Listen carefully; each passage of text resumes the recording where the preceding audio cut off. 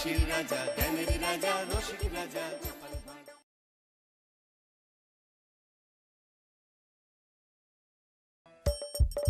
হাসির রাজা, জ্ঞানের রাজা, রসিক রাজা।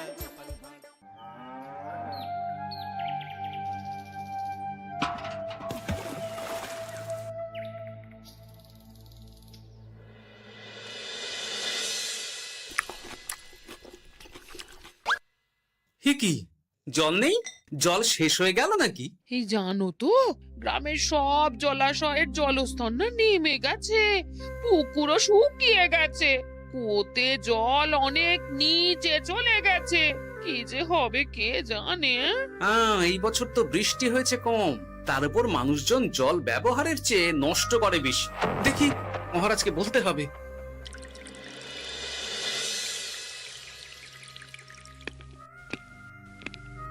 এই তো গোপাল এসে গেছে। শুনেছ, রাজ্যে সকল জলাশয়ে। শুধু শুনিনি, চাক্ষুষ দেখেছি, আর এর কারণ ও তার সমাধানও ভেবে এসেছি মহারাজ। তুমি কি বলতে চাইছো সেটা বলো না খোলসা করে। মহারাজ, আসন্ন দিনে জলাভাব মেটানোর একটাই উপায়, তা হলো প্রজাদের উপর কর চাপানো। মহারাজ, আমার ঠাকুরদা বলতেন, যা মেলে মূল্য বিনে তার মূল্য কে আর জানে। আমরা যেহেতু জলের মতো এত মূল্যবান সম্পদ বিনামূল্যে পাচ্ছি, তাই একে গুরুত্ব দিতে শিখিনি। সবাই মিলে দেদার জলের অপচয় করছে। আমি এই অপচয়ের বিরুদ্ধে কর বসানোর পরামর্শ দিচ্ছি মহারাজ। জলের জন্য দেবে দাম, ছুটে যাবে কাল ঘাম। হ্যাঁ, যখনই জলের জন্য কর দিতে হবে, তখনই জলের অপচয় বন্ধ হবে। এতে লাভটা কি হবে গোপাল? মানুষ কম জলে কাজ করা শিখে যাবে, ফলে আগামী দিনে যদি জল সম্পদ কমেও যায়, এই কৃষ্ণনগরের প্রজারা আগে থেকেই তার জন্য প্রস্তুত হয়ে যাবেন। কিন্তু আমি আমার প্রজাদের কাছ থেকে জলের দাম নেব গোপাল? না মহারাজ, কর বাবদ যে অর্থ উপার্জন হবে, তার সাথে আপনার দান মিলিয়ে রাজ্যের মধ্যে একটা বিরাট কৃত্রিম জলাধার বানানো হবে। বাহ বাহ বাহ! যেখানে বৃষ্টির জল সংরক্ষণ করা যাবে মহারাজ। এতে সারা বছর ধরে আর কোনো জলের অভাব থাকবে না মহারাজ। গোপালের প্রস্তাব বড় ভালো লেগেছে। আগামী দিনে ইতিহাসে এই কর্মযজ্ঞের কথা লেখা থাকবে বলেই আমার বিশ্বাস। আর তাই আমি গোপালকে এই মুহূর্তে 50টি স্বর্ণমোহর উপহার দেব বলে ঘোষণা করছি। সাধু সাধু সাধু।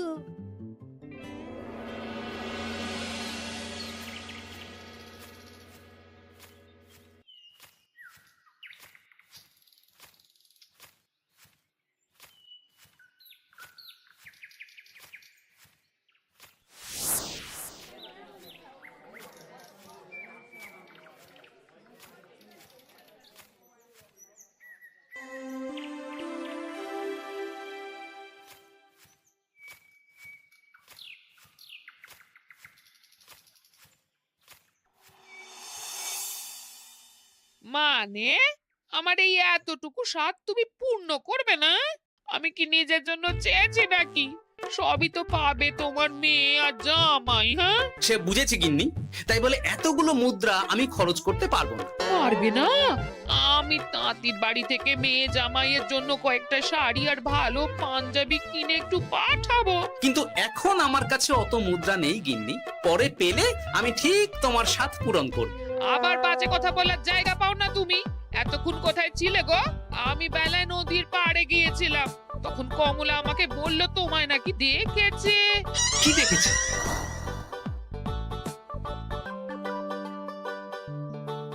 কোথায় গেল?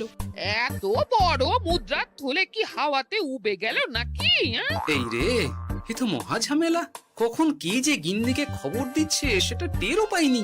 বলি মুখে কুলু পাটলে যে বড়, বলি রাজা মশাইয়ের কাছ থেকে যে এত রোজগার করো, সেই মুদ্রা যায় কোথায়? আহ, কানের মাথা খেও না তো। আমি কি তোমার কোনো কিছুর অভাব রেখেছি? বলো একবার। খাওয়া পড়া কোনো কিছুর তো কোনো খামতি নেই তোমার। মানছি রাখোনি, কিন্তু তাই বলে আমিও তোমার স্ত্রী, তোমার গিন্নি গো, গিন্নি, তাই না? আমার তো জানার অধিকার আছে নাকি যে তোমার উপার্জনের অর্থ করি সব কোথায় যাচ্ছে? জানবে জানবে, সব জানবে। এখন কিছু খেতে দাও দেখি, পেটে ছুঁচোয় ডন বৈঠক মারছে। না, এরপর থেকে আর মহারাজের কাছে উপহার পেলে ওইভাবে খোলা হাটের মধ্যে দিয়ে আসা যাওয়া করা যাবে না।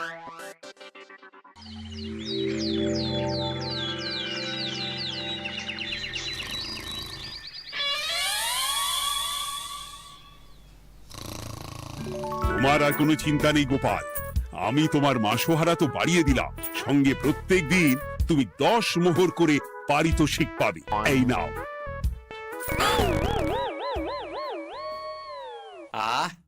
এই ভোরবেলায় একটা জব্বর স্বপ্ন দেখা গেল বটে।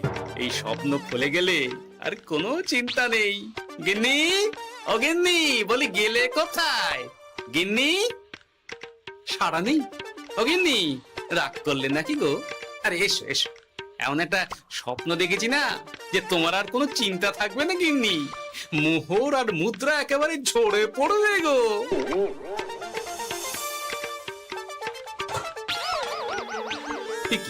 এইসব ফলাহার সাজিয়ে রেখে গেল কোথায় গিন্নি? নিজের বাপের বাড়িতে তো যাবে না, কেউ নেই সেখানে। মেয়ের বাড়ি গেল নাকি? না, মেয়ের বাড়িতে তো গিন্নি যায় না। তাহলে না না, খালি পেটে এত ভাবতে পারছি না। আগে মুখ হাত ধুয়ে এসে কিছু খেয়ে নি, তারপর দেখি গিন্নি কোথায় গেল। না, গিন্নিকে তো কোথাও দেখলাম না। গেল কোথায়? যাকে আগে রাজবাড়িতে তো যাই, ফেরার সময় না হয় আবার খোঁজ নেব, ততক্ষণে ফিরেও আসতে পারে।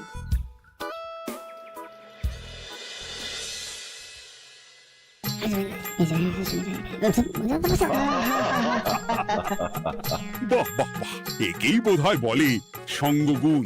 অনেকদিন এত হাসি নিয়ে। যা বলেছেন মহারাজ। হাসির চোটে পেটে ধরছে খিল। কর্তা আর গিন্নিতে দেখছি রয়েছে অনেক বেল। ঠিক গিন্নি, তুমি এখানে কি করছো?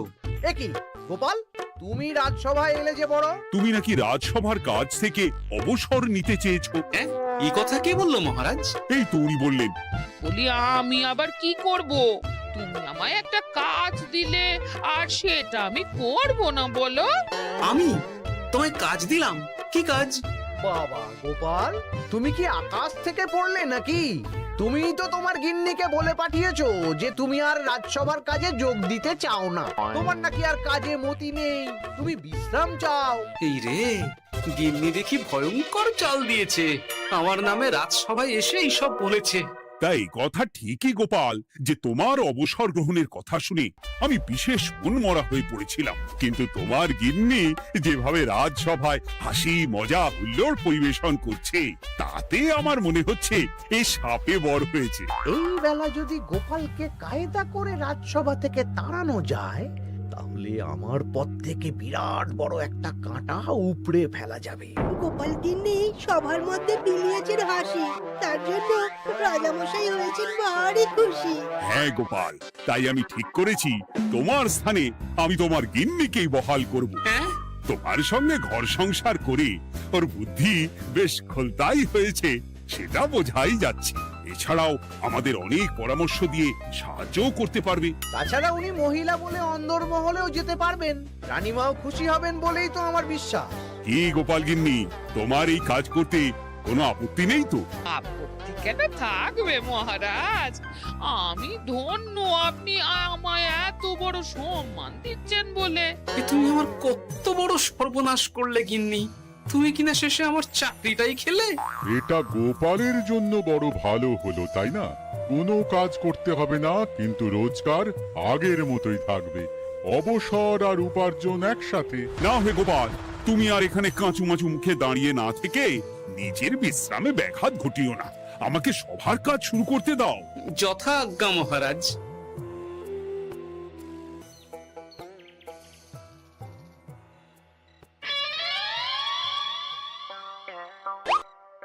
মানে মহারাজ সমস্যার সমাধান করতে দিয়েছেন তোমাকে, আর তার উত্তর দেব আমি? কেন? তুমি আমার চাকরি খাবে আর তোমার সেই চাকরি রাখার দায় নেব আমি? হ্যাঁ হ্যাঁ, নেবে। মানে কাল রাজসভায় মহারাজের সমস্যার সমাধান করব, সেই মতো কথা দিয়ে এসেছি। হ্যাঁ, আগাম 10টা মুদ্রাও বাগিয়ে এনেছি।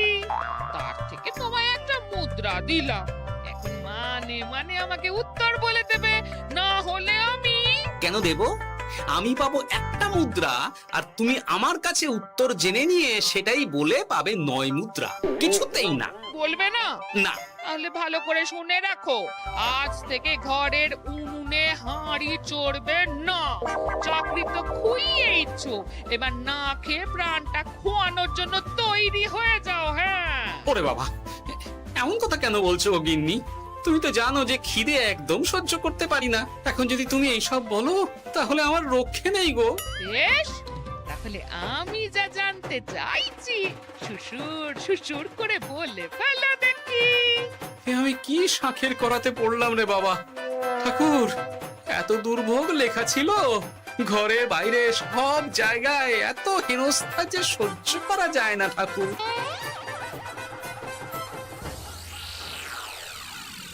একেই তো বলে গো গিন্নি, মেঘ না চাইতেই জল। এতদিন কতভাবে চেষ্টা করেছি গোপালকে রাজসভা থেকে তাড়াবার, আর গোপাল নিজেই কিনা রাজসভা থেকে পালিয়ে গেল। কি সব বলছো? তোমার শরীর ঠিক আছে তো? শরীর মন সব ঠিক আছে, তবে গোপালের বদলে কাকে বহাল করা হয়েছে শুনলে তোমার মাথা ঘুরে যাবে। কাকে? গোপাল গিন্নিকে। আমার কিন্তু বিষয়টা খুব একটা সরল ঠেকছে না গো। গোপাল ভাঁড়ের বুদ্ধি তো আর যে সে বুদ্ধি নয়। উনি যাই করেন খুব ভেবে চিন্তে করেন, এর পেছনে আবার কোনো মতলব নেই তো। এটা তুমি মন্দ বলনি গিন্নি। গোপালকে নিয়ে সত্যি কোনো বিশ্বাস নেই।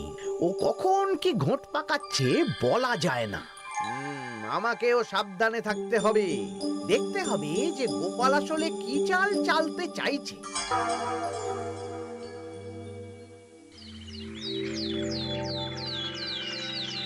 হ্যাঁ গোপাল গিন্নি, এই একটাই প্রশ্ন আমায় সারা রাত ধরে জাগিয়ে রেখেছে।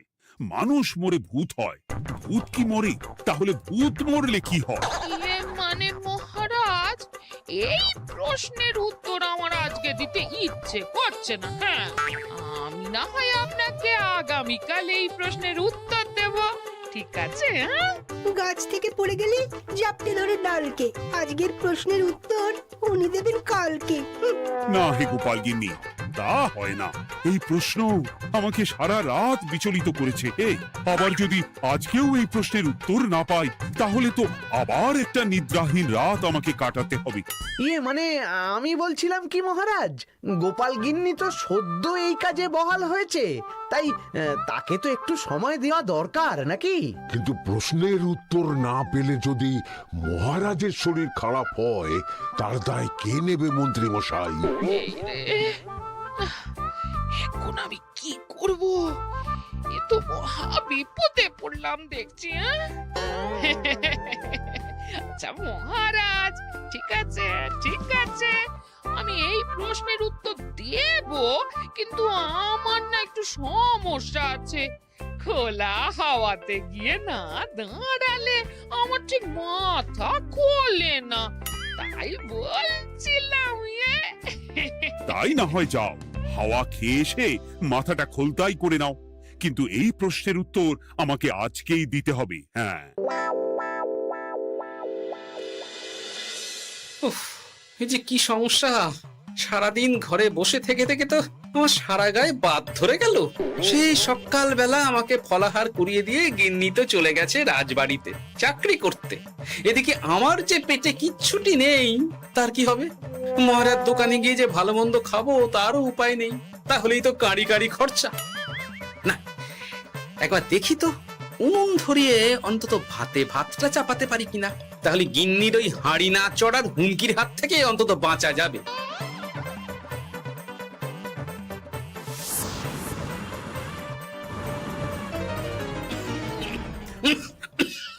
ও বাবা গো, ও বাবা, এত কেসে কেসে সোজা শেষ যাত্রা হয়ে যাবে আমার। না, এর চেয়ে না খেয়ে মরাও ঢের ভালো। দেখি তুমি বাড়িতে কেন? এত হাঁপাচ্ছ কেন? ষাঁড়ে তাড়া করেছে নাকি? আরে না গো, মানুষ মরে ভূত হয়, ভূত কি মরে? তাহলে ভূত মরলে কি হয়? খোলা হাওয়াতে গিয়ে না দাঁড়ালে আমার ঠিক মাথা খোলে না, ও, এই হলো ব্যাপার। বেশ, এর উত্তর তোমায় আমি বলে দিচ্ছি। ভূত মরে প্রথমে এক ঝুড়ি অন্ধকার হয়, সেই অন্ধকার হাওয়াতে উড়ে বেড়ায়। এক সময় সেই অন্ধকার পাতলা হতে হতে কুয়াশার মতো হয়ে যায়। ব্যাস, মিটে গেল। ব্যাস, মিটে গেল। যদি রাজা মশাই এই কথা বিশ্বাস না করেন, তুমি হলপ করে বলবে আপনি যখন মরবেন একদম মিলিয়ে নেবেন মহারাজ। এর চেয়ে এক পা এদিক ওদিক হয় না যেন। হ্যাঁ, এই না হলে তুমি গোপাল ভাঁড়, বুঝেছ তাহলে? তুমি চিন্তা করো না, রাজবাড়ি থেকে ফেরার সময় আমি তোমার জন্য অনেক অনেক বাজার করে আনবো, ঠিক আছে? এই আমি যাই। এ তো ভারী মজা হলো। মহারাজ তক্ষুনি প্রশ্নের উত্তর চাইলে গিন্নি এইভাবে সেই রাজবাড়ি থেকে দুধ দাঁড়িয়ে ছুটে আসছে উত্তর জানতে। আমাকে তুমি একটা চাল দিয়ে কুপকাত করেছে তো গিন্নি। এইবার বুঝবে কত ধানে কত চাল।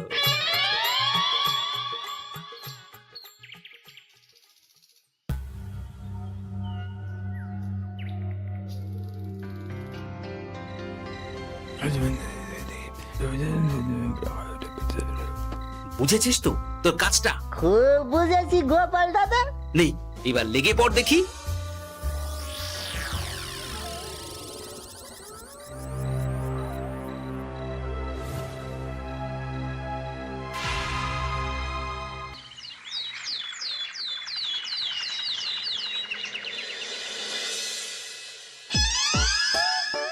তাহলে আর বলছি কি তোমাদের, সকাল বেলায় উঠে দেখি মুখের এই হাল। এই কাণ্ড কি করে হলো মহারাজ? আহ, তার আমি কি জানি। আমি সকালে উঠে আয়নায় নিজেকে এই অবস্থায় দেখে খুব চিন্তায় রয়েছি। গোপাল গিন্নি, আগে মহারাজ, গোপাল থাকলে যে কাজ করত সেটা তো তোমাকেই করতে হবে। বলতে হবে এর সমাধান কি। হ্যাঁ মানে আমি হ্যাঁ হ্যাঁ, আমার মনে আছে। তোমার তো আবার হাওয়া না খেলে চলে না। যাও যাও, তাড়াতাড়ি হাওয়া খেয়ে এর উত্তর নিয়ে এসো।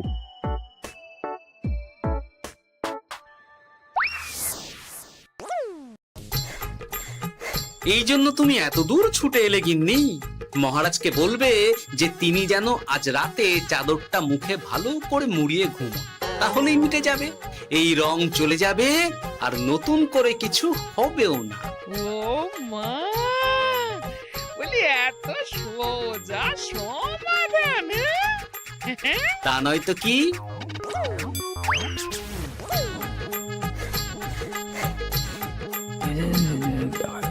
কাল সারা রাত আকাশে একবার দেখলাম চাঁদ উঠেছে, আর একবার দেখলাম ঘোর অমাবস্যা।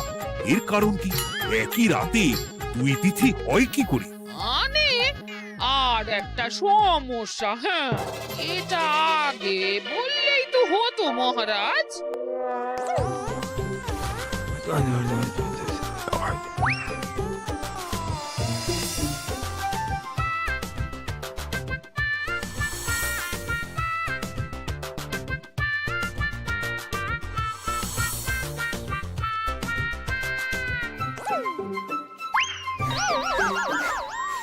এ কি, তুমি হাওয়া খেতে গিয়ে এইভাবে খাবি খাচ্ছ কেন গোপাল গিন্নি?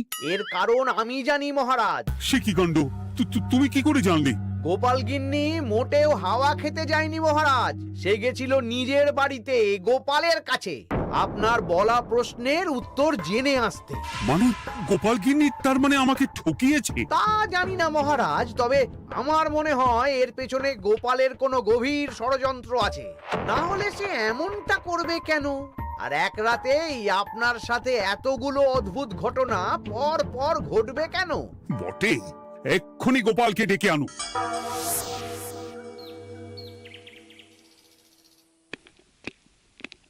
না মহারাজ, আমি সত্যি অবসর চেয়েছিলাম, আর তাই আমার গিন্নি আপনার কাছে এসে বলেছিল।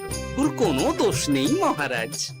না মহারাজ, আমি মিথ্যে কথা বলেছি। হ্যাঁ, উনি আপনার কাছ থেকে পাওয়া সোনার মোহর নিয়ে বাড়ি যান না, তাই আমি ওকে শায়েস্তা করতেই এই ফন্দি করেছিলাম। আসলে মহারাজ, আমি আপনার কাছ থেকে পাওয়া সোনার মোহর জল প্রকল্পের কাজে লাগাবো বলে কিছু জনকে নিয়ে একটা দল গঠন করতে গিয়েছিলাম। আর তাদের কাছেই ওগুলো রেখে এসেছি। এটা যদি আমার দোষ হয় তাহলে আমি ক্ষমা প্রার্থী মহারাজ। সাধু গোপাল, সাধু তোমার উদ্যোগ। এই কাণ্ড! আর এদিকে রাজবাড়ি থেকে বাড়ি আর বাড়ি থেকে রাজবাড়ি করতে করতে আমার প্রাণ ওষ্ঠাগত হয়ে গেছে মহারাজ। ওহ, আমার ঘাট হয়েছে, আপনি আমায় ক্ষমা করে দিন মহারাজ। হুম, এইবার মজার টের পেয়েছ তো গিন্নি? আপনি আপনার আদরের গোপাল ভাঁড়কেই তার চাকরি ফিরিয়ে দিন মহারাজ। আমি যাই আমার কেশেল সামলাতে। কেলে পচা খুব ভালো করেছে বলতে হবে।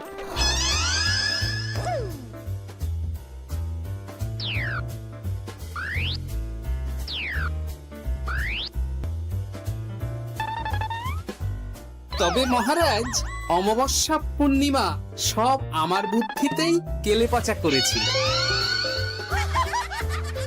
আপনার ওই মুখের রং, ওটি একটি বিশেষ রং যার আয়ু একদিন, তাই ওটা এমনিই মিলিয়ে গেছে। হ্যাঁ, সেই বরং ভালো। তুমি তোমার গিন্নিকে নিস্তার দাও গোপাল। তাছাড়া আমিও আমার গোপালকে ছেড়ে আর থাকতে পারছি না। যথা আজ্ঞা মহারাজ। আমারও যে আর এই অবসর ভালো লাগছে না মহারাজ। গোপাল ছাড়া রাজসভা যে লাগে ফাঁকা ফাঁকা, তাই তো আবার চাকরিতে তাকে বহাল রাখা।